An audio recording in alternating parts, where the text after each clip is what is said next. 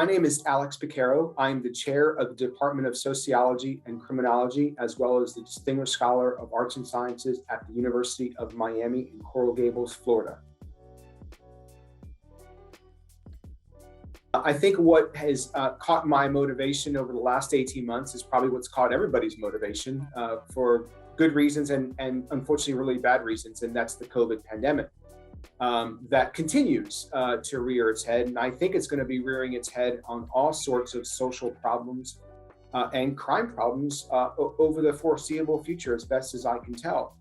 You know, at the outset of the pandemic, my colleagues and I, when I was still in Dallas, when we first went into lockdown, and of course, none of us have ever been in a lockdown in the United States of this caliber. The first thing we thought about was what's going to happen with domestic violence. And, you know, when people are literally locked into their homes without any way to have stress release, you know, going to the gym, going to the movies, going to the malls, those kinds of things.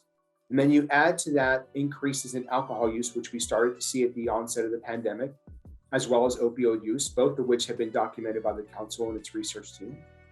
And you put together the fact that people are going to be locked up. We were concerned with what was going to happen. And what we found was in the first study that looked at this, and it was a short-term study, it was a 1-month snapshot, is we saw a significant spike in Dallas. And as I started to do more research on this, not just in the US, but also abroad, we saw similar kinds of trends elsewhere. And then at the time, the council in late 2020, early 2021 asked, was there enough to kind of make a summary statement about this? And there was, and we found that across studies in the US and abroad, regardless if you looked at arrests or calls for service or hospitalization data, that there was a significant increase in domestic violence when you look at the lockdown period compared to the pre-lockdown period.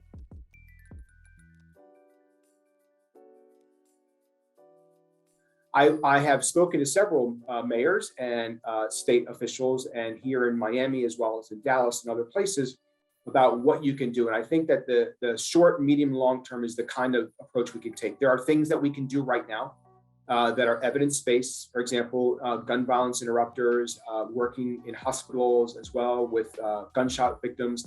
Those are things we can do right now. The things that we can do for 5 years from now are laying the seeds for cognitive skills training for kids who are getting ready to be in the adolescence age range. And then the long-term solutions are things that I've worked on early family prevention programs, where you start preventing child prevention with kids now who are literally in the first 5 years of life for where they're going to be 15 years from now. So that's why you need this tiered approach.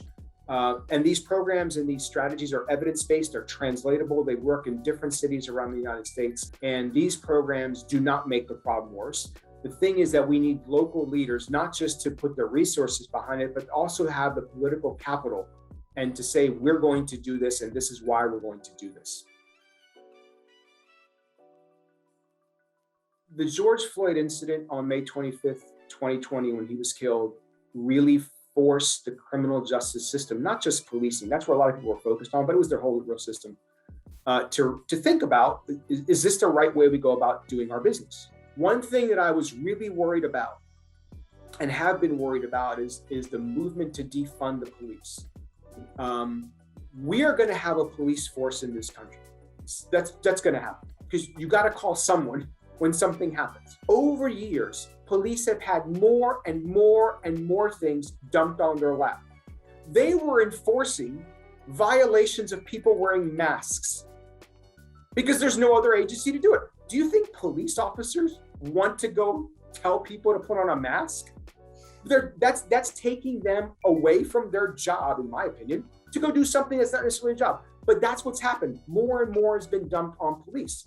So when we say, well, police don't know how to react to a mental health disturbance, of course not, because they're not trained to do that.